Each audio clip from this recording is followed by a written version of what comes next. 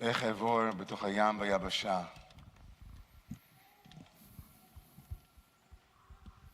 איך אעבור בתוך הים ביבשה, Yishai Rivo's profound lyric. How can I make my way through the turbulent waters, the dry land, the raging sea in front of me?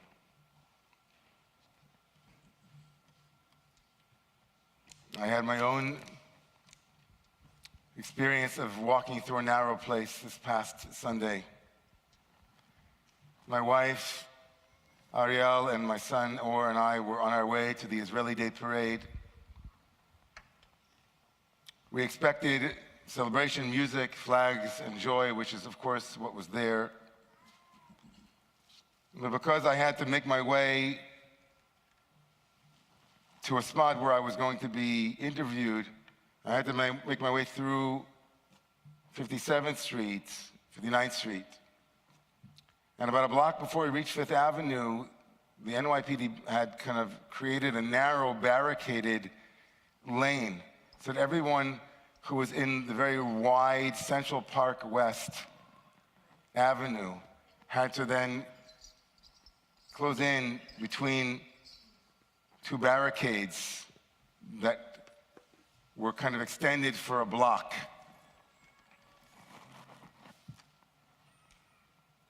We found ourselves walking side by side, hemmed in tightly with a group of around 15 pro-Palestinian supporters and protesters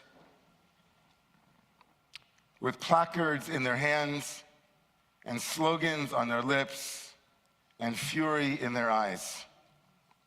And in that strange corridor where joy and rage were trapped together, I felt something familiar and also new. The exhilaration of showing up as a Jew and the fear that in this world showing up Jewish might cost you everything. I also have to admit a sub-exhilaration, which was to be that close to human beings that I've only seen on TV screens and so on, and wanted instinctively, which is my way, to kind of talk to them. Say, hey, can we just talk? But there were just slogans that were being thrown. I wondered if they saw me the way that I was trying to see them too in my sub-exhilaration. But it soon passed, and the heckling, and then others heckled back, and we were off to the races.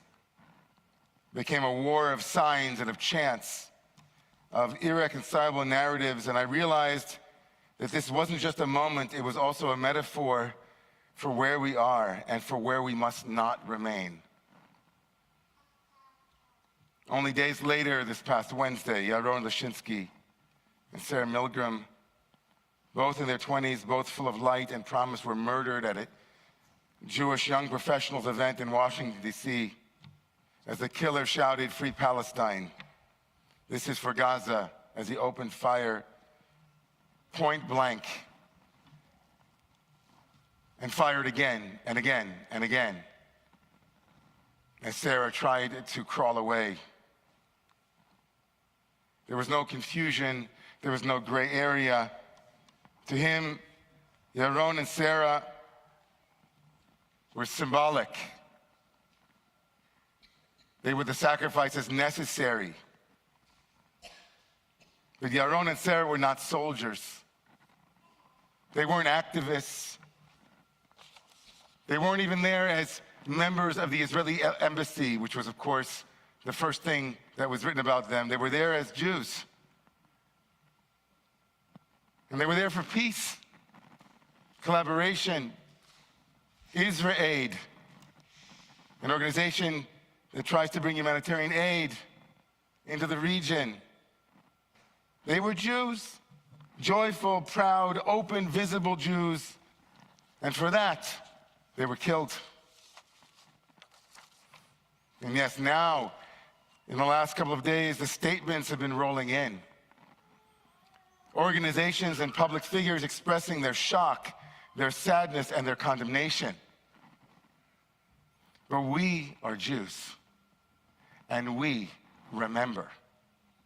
We remember the ritual of Egla Arufah, the strange ritual commanded in the Torah when a body is found murdered outside of a city, and the elders of the city bring a calf and break its neck and say out loud, Yadenu lo shafchu et adam hazeh. Our hands did not spill this blood.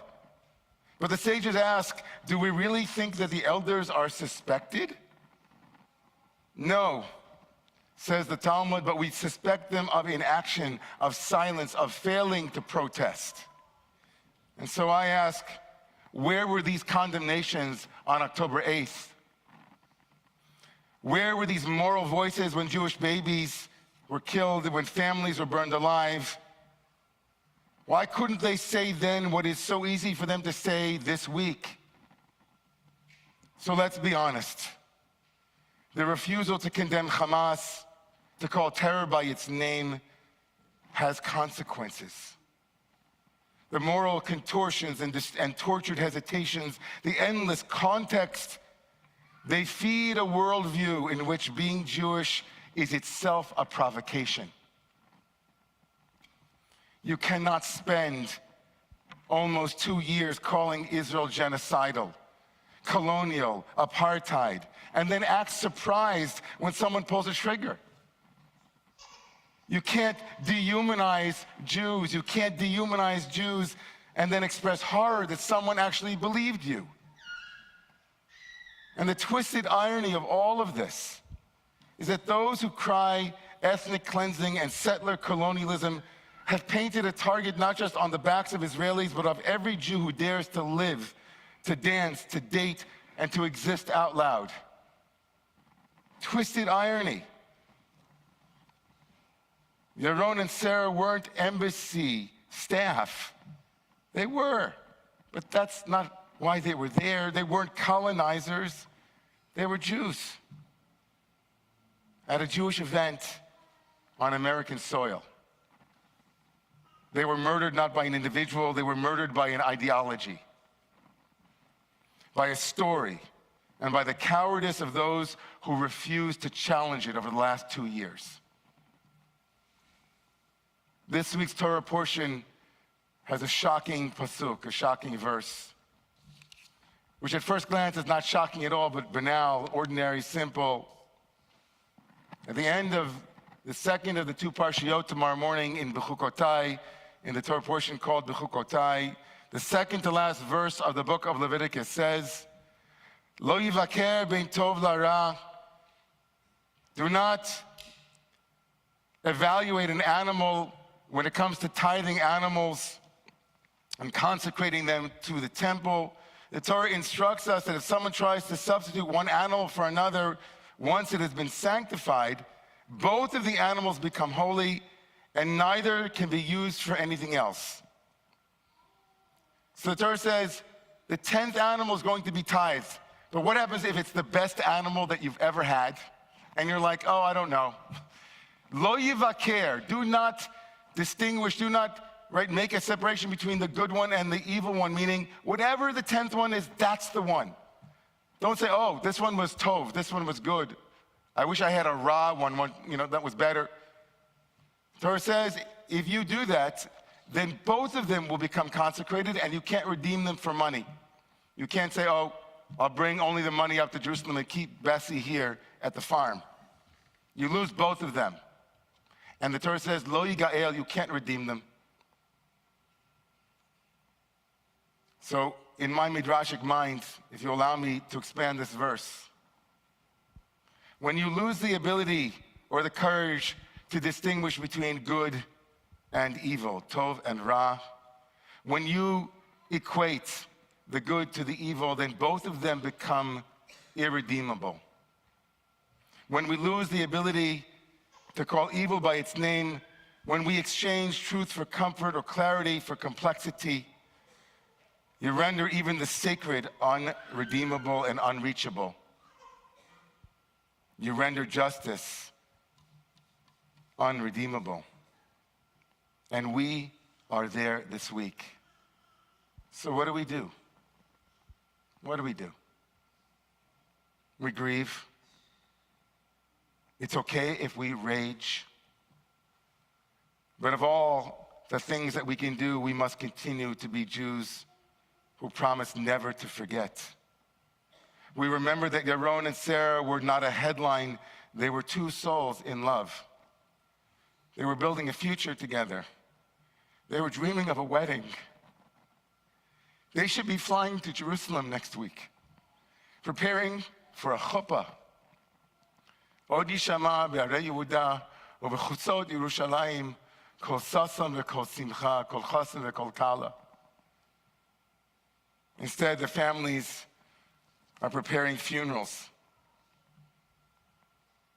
We remember them the Shabbos when we light our Hanukkah candles, not in fear, but in defiance and in remembrance. We remember them as Dan Senor spoke about at the 92nd Street Y just 2 weeks ago, by raising our children to love Yiddishkeit and Judaism and not hide. By walking through those narrow places with our chais out and our yarmulkes on and our Jewish swagger and our hip hop from Tel Aviv. And we do it with an unshakable love. And we lean on each other like we did tonight. We lean into one another. We remember that we have one another. This past Tuesday night, I spoke about this at the beginning of the service almost an hour and a half ago. The brilliant and amazing Deborah Kahn stood before us and said something that I've been thinking about all week. I've been carrying it with me. She said that before October 7th, when she was in her adolescence as a member of the community, she loved that Romamu made her feel at its best like a great yoga class, but with Jewish identity all woven together. She would leave and feel like, oh, everything that I get at a yoga class and even more. But after October 7th, Deborah said she matured in her understanding of what Romamu and synagogues and communities are all about.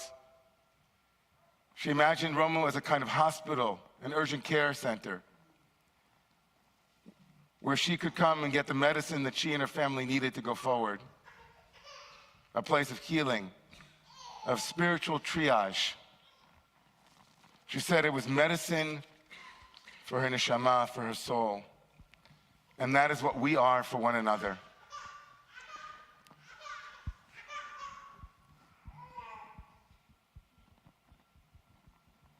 We are medicine. We are healing. We are a community that shows up for one another when the rest of the world can close its eyes.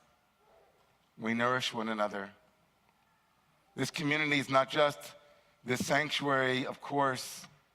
It's like a field hospital for those whose hearts are broken and those who are trembling with purpose.